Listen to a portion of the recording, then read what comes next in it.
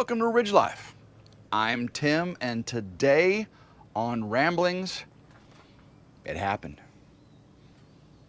It really happened. I was out here working on the ridge. Yes, working my tail off. That's the theme. That's the story recently, and I'm happy for it. I'll tell you that right now. Happy for it. I was out here working my tail off on the trench for the well to the off-grid Barnhouse. Hopefully you've already seen this video. This video came out yesterday late afternoon, of me using Old Blue, digging this trench all the way out there, getting it ready, and so I can get my my 1-inch PEX line ran. You can see I got everything all prepped up down there at the well. We got a 1-inch line coming out. I'm gonna just cut that, or take that stub off there, and then I'll transition to PEX. We'll go out. I'm leaving enough there so I can transition that to a T, because one day Meredith would like to have a pool right here, and I'll run a water line all the way around. I'll have another spigot over there, and then I'll also I'm gonna have a probably like a 40 by 60 or 50 by 70 shop over there where all those building materials are. So plans for the future, but first we got to get this one going, don't we? And boy, it was a pretty eventful day yesterday. Let me get out here. You can see the sun is still, well, just over those trees there. It's behind that tree right now. You can see the shadow. We got nice sun on the solar panels over there. We're getting about 13,000 watts coming in, and you can see whenever it gets noon, 24,000 max watts. Yeah, probably get closer to 18,000 because the bifacial doesn't, you know, you don't get that much of the bifacial gain. It's up to 24,000. But the big news is the electrical inspector showed up. I was out here digging away.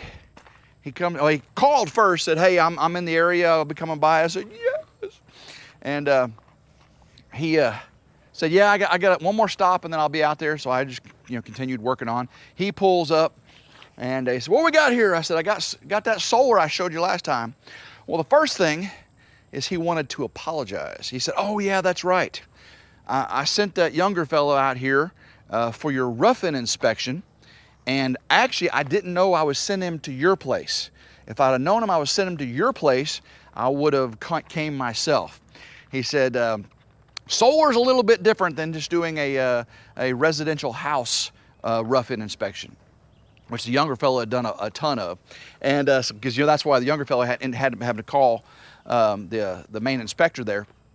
And he said, "Yeah, I do apologize for that." So that was really cool that he apologized for that, because I ended up having issues with the rough-in inspection, because I had to have a separate trench inspection and electrical rough-in inspection. Got that taken care of, that they took care of me and everything.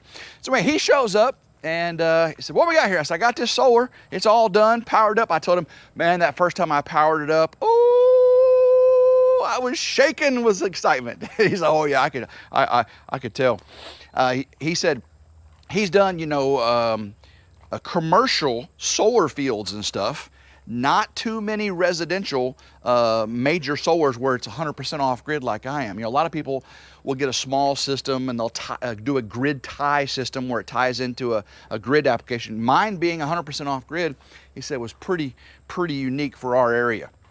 And I showed him all the disconnects and, the weatherhead and the inline fuses up there, the clips, how everything was done to code, and the stickers, and came over here and I showed him the conduit and how I labeled all the boxes. Of course, the rapid shutdown. I told him, yeah, when you hit that rapid shutdown, it trips the breakers inside. And all that's been tested and functioned. He did not want me to test that, luckily, because I don't like doing that. Especially it was later in the day, the sun was up. I didn't want to interrupt all that current. Stickers here. We came inside, and his eyes lit up. He was like, "Whoa, woe to the whoa." I told him I did take his recommendation when he was here the first time for the consultation. I did do passive ventilation, just in case, there is a little bit of off-gassing, one of the cells get run away or something. The lithium iron phosphate are really, really safe. Lithium, there's different types of lithium batteries. Some of them go crazy with runaway. Lithium iron phosphate do not. They can. These batteries, though, I explained to him, by EG4 have a built-in fire suppression system inside. And there's a fire blanket inside each one. If they sense a fire, they can actually help put it out, which is really, really cool. So, but if there is any hydrogen that comes out, I got a vent at the top. I also have a gas detector, smoke detector up there that will go off. So he was all excited about all that. Loved my labeling and all the conduit fittings. And we were just sitting there talking about, you know, our experiences with electrical and how long I've been doing it and everything. And guys, he opened up his book, said, how many circuits you got? I counted the number of circuits. He said, how many inverters you got? How many batteries you got? He wrote it all down in his book. Whew. And what he did was, he just put a sticker on there, and it says, final passed. Yes. Guys, he didn't, oh my gosh. Yeah. Final passed. Oh yeah. I'm circling here. Oh my gosh. The pressure off me.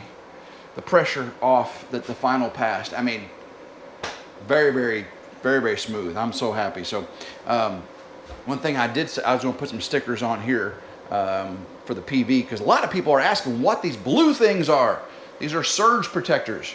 So I'm going to put the stickers right here, SPD, surge protecting device, with the voltage and the current going through those. So yeah, getting about 13,000 watts coming in right now.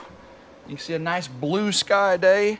I'm hoping, of course, see that my batteries get charged so quickly that I never really see the 18,000 watts, because of the batteries get charged 100%, and then once the battery's charged, that power just goes away. I mean, doesn't get used. The solar panels only put out, the inverters regulate the incoming current, and that's what you got. So I'm excited. On unexcited news, on some bad news, I was hoping to have PEX ran in the ditch, in the trench yesterday evening. My PEX was supposed to arrive. It was supposed to arrive yesterday evening or afternoon, and they came here, they turned around and they left and did not drop my package off. They said there was a security exception at location. Now, we got a gated entrance that is open right now. And I do have in the FedEx, UPS, and Amazon, and all that. I've got instructions on how to get in if the gate's closed. But we left the gate open the daytime, you know, when we're here and stuff. And then I said, you know, go drive in, and where the gravel road splits about 50 to 100 yards in, there's a FedEx box, UPSS, USPS box, big box. Leave it there. That's where it's delivery instructions on all of our systems we set up. Sometimes they just drive past it and they go up to Grandma Carol's.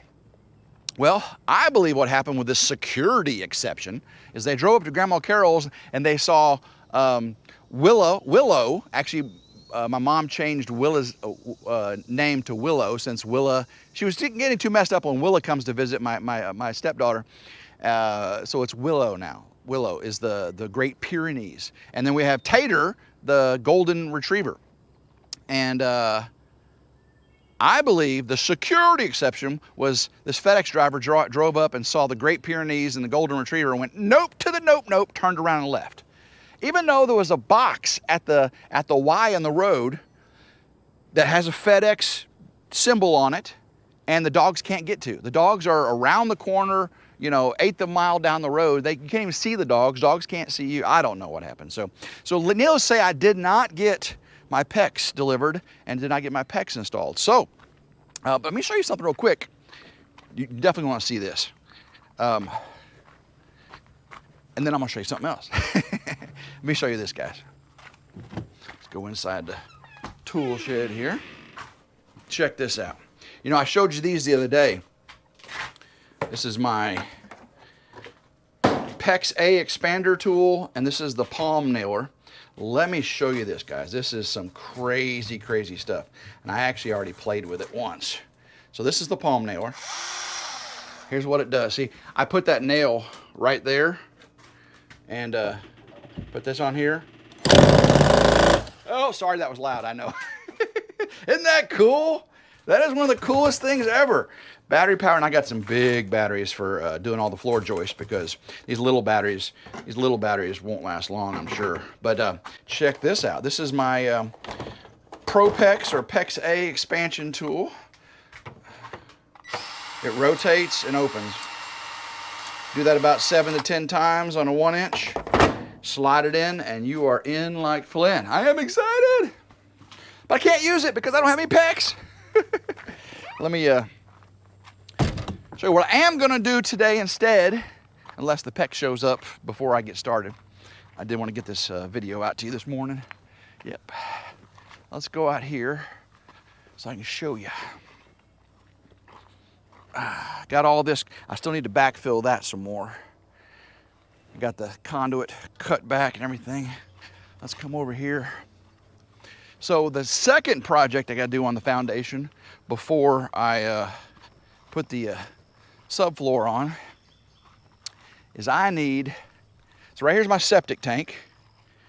I need a 16 by 40 cutout in this foundation for my HVAC unit. Originally I said I was going to go with a like a 3 or 4 ton electric air conditioning unit with a natural gas heater, blower and everything, package unit that sits outside. So I'm gonna have no utilities inside the house, zero. I'll have a gas line ran in for the cook stove, because Meredith likes the cooking with gas, cooking with bacon grease, cooking with peanut oil. But we'll have a tankless water heater on the outside there. That will be propane.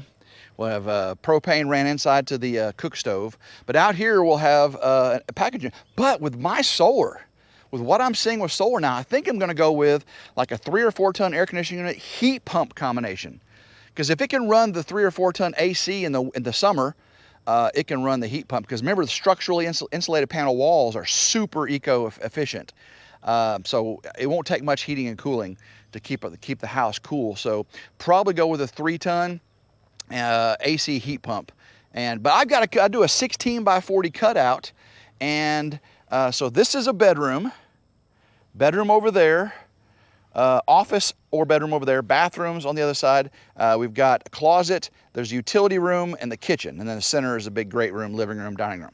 So if you go 17 feet from the corner there, you got the bedroom, the closet, and 17 feet over, about right in the middle of that vent, is where the dryer exhaust is going to be. Now I learned this from over at Grandma Carol's. The dryer exhaust is right there. You do not want that next to your air conditioning unit because it sucks in all the lint. So knowing that, Grandma Carol's is right to the right of it, so that it just sucks all the, we have to clean it more often.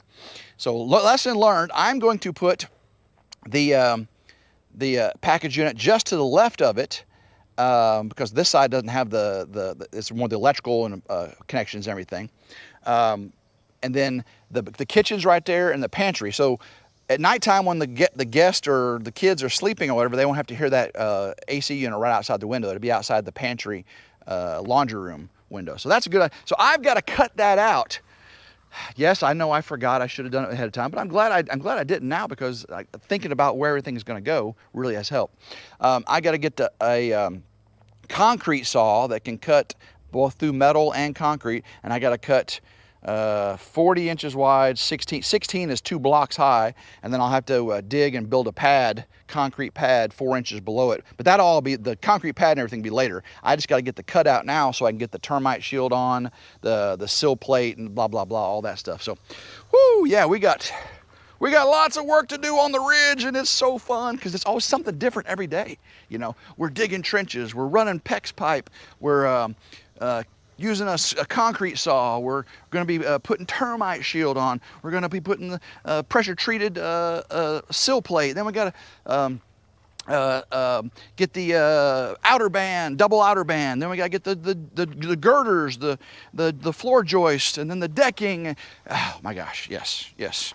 Lots to do. So we passed our electrical inspection. That's the big thing though. And so that is off my mind. I am done with electrical, solar I mean, and now it's all about building the off-grid barn house. Hopefully you're as excited as I am. Probably not. I'm pretty darn excited.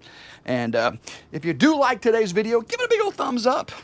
Like, share, and subscribe. It's always 100% free. Hit that notification bell right in this area right here to be notified anytime a new video comes out. And as always, hope everyone has a blessed day. Keep rambling and go Ridge Life. Woo!